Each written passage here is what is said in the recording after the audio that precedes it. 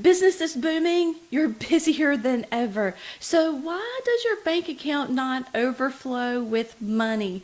Something doesn't seem quite right because your sales have increased, but you don't have anything to show for it. You're not alone. This is a very common problem for business owners. There are a variety of reasons why your business may be running out of money. So stay tuned. I will share the number one reason why businesses run out of money. When you're running a business, it requires a whole lot of juggling, multiple roles. So it's no surprise that business owners delegate most of the money stuff to their accountants. Accountants often work alone in isolation from the rest of the company. Sometimes it looks like they're off on their own island. And without specific instructions, accountants prepare reports based on what they think you want to see. It's common for the only financial report you see is based on the information that was used to prepare the tax return. The accountant gives you the financial report and you use it to make decisions. This is a problem because the tax viewpoint is limited based on the tax structure you chose when you started your business. If you operate a sole proprietor or LLC, then your tax return and your financial reports do not include owner's pay or income taxes. S corporations have a similar problem. S corps do not report income taxes, and the owner's pay is usually reported based on a reasonable salary, not a fair market value. So when your financial reports mirror your tax return, you're overlooking too large cost of doing business. If you reviewed an operational financial report that included all of the cost of doing business, including the owner's pay, benefits, income taxes, you'd quickly see why the business is running out of money. This is where you can see if your business is truly profitable.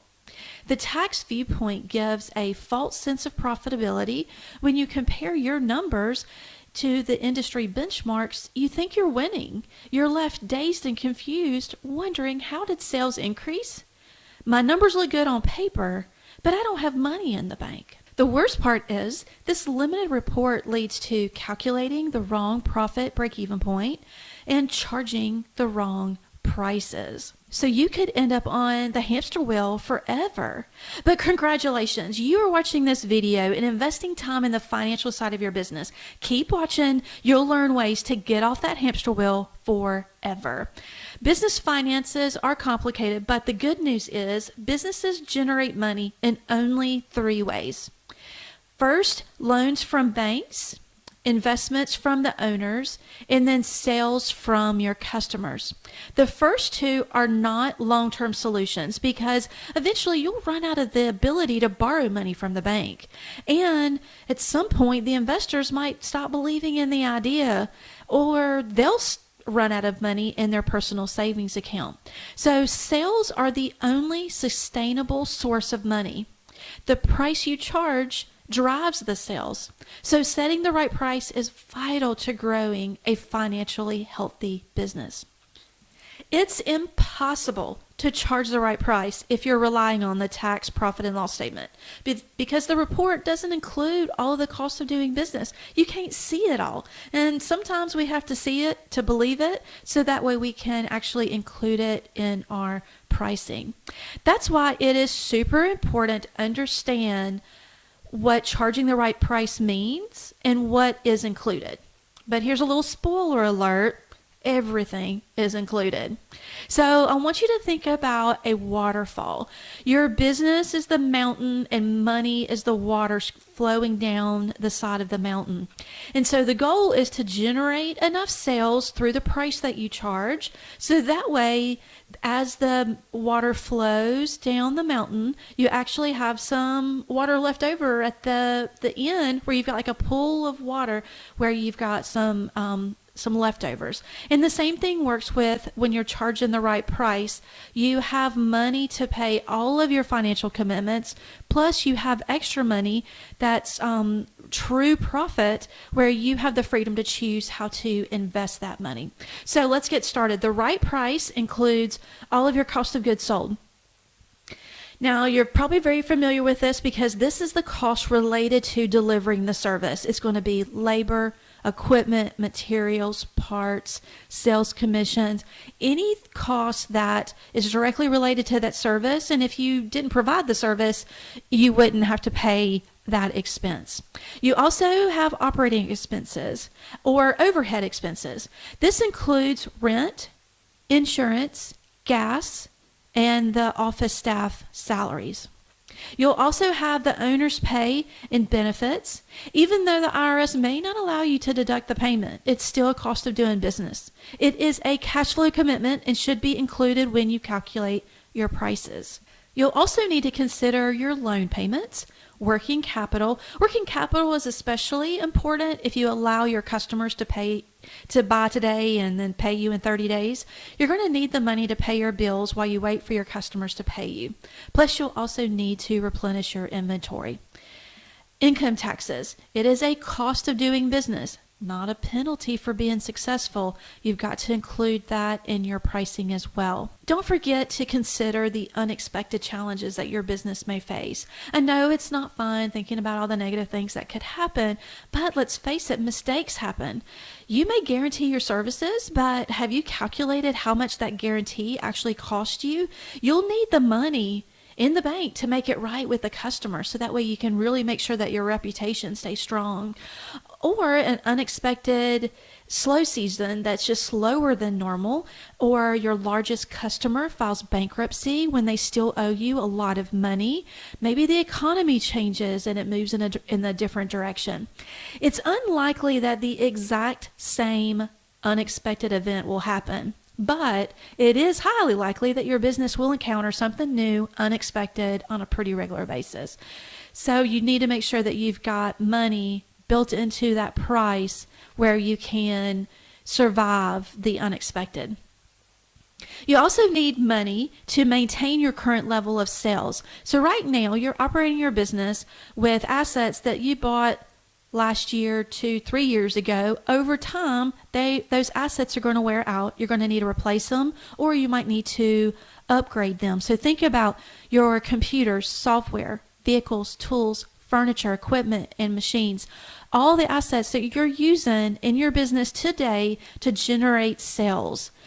You've got to have money set aside so that way when those assets need to be replaced, you've got the money to do that.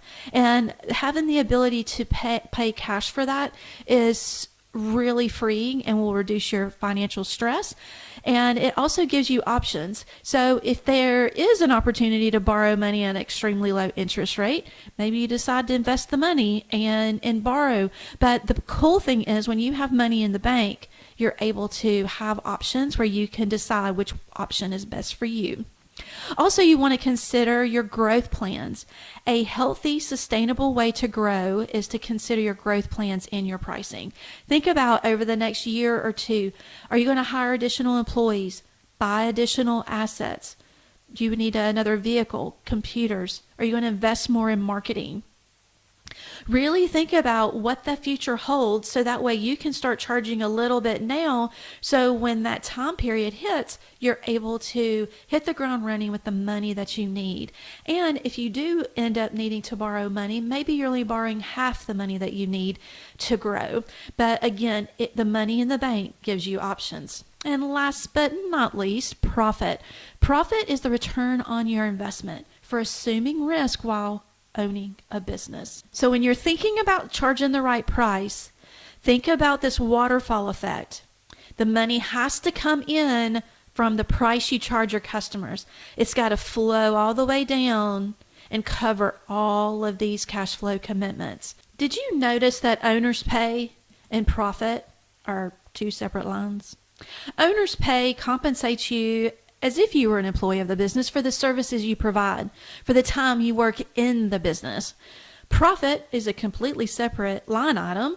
It provides a return on your investment and compensates you as an owner of the business for the risk that you took to start the business. If you work full-time in your business and the business is dependent on the services you provide, then you should see money from both sources, owner's pay and profit.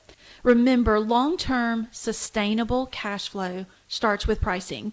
If your prices do not include the cost, then there's zero chance you'll see the cash that you need in your bank account. So, this all sounds good, but where do I start? Well, here are a few quick ways to ensure that your business never runs out of money. The first thing that you need to do is make the switch to the operational financial report. Ask your accountant to prepare an operational financial report. One of the hardest parts of operating a successful business is knowing why you don't have as much money as you expected. It's hard to know whether you've got a pricing problem, marketing, sales, operations, or collections. The operational financial report will help you get started because it shows you true profitability. But you might be thinking, my tax accountant said that income taxes are not tax deductible and the owner cannot pay themselves through payroll. Yes, all of that is true for pass-through entities, but I'm making the argument that you need to see the operational viewpoint. You're not the IRS. You don't need to see the tax viewpoint. You need to see the operational viewpoint. There are a variety of financial viewpoints, but here are the three most common.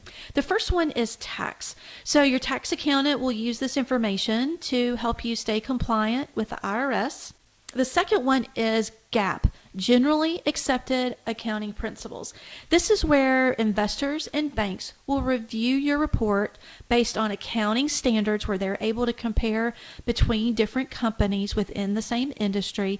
So they're able to determine what their risk is and do they believe that there's a return on their investment, or from a bank standpoint, they want to determine how likely it is that you'll be able to pay the loan back plus the interest. The operational financial viewpoint is a report for you and your leaders. It's designed to help you really understand what's going on in the operations of your business. Are you truly profitable? Are you charging the right price? Are there any things that look a little bit suspicious? So you ask questions, helps you identify the profit leaks, helps you create a strategy for your finances that crosses all of the department lines and that all of your employees can use to help contribute to the bottom line. It's super easy for your accountant to convert reports from the operational viewpoint to the tax viewpoint. A few tax adjustments and the report is ready for the tax return.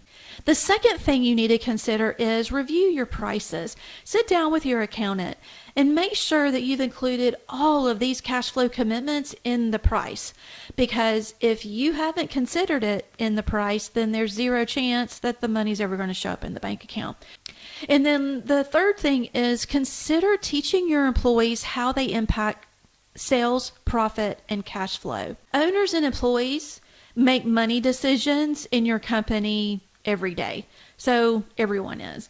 You've got situations where someone bought a lunch for a crew, someone approved overtime, upgraded a cell phone, gave a discount to close the sale. There's a big difference between the owner or an employee making a financial commitment versus the accountant processing paperwork, paying bills, preparing reports. The money was spent long before the paperwork made its way to the accountant. This is why it's so important for everyone to understand how they affect sales, profit, and cash flow. I know I cheated a little bit. It feels like I shared more than one reason why your business runs out of money, but hopefully you see the power of how one decision, one belief has a domino effect on your business. All of this started with the belief that you need to delegate all of the money stuff to your accountant. Understanding how money works does not make you greedy, does not turn you into an accountant, and does not require advanced math skills. The truth is, knowing how money flows in and out of your business is one of the most responsible things you can do. Think of your business as an airplane and money is the fuel. If the business runs out of money, the crash will be devastating to everyone on board. It's your responsibility to make sure the business does not run out of money.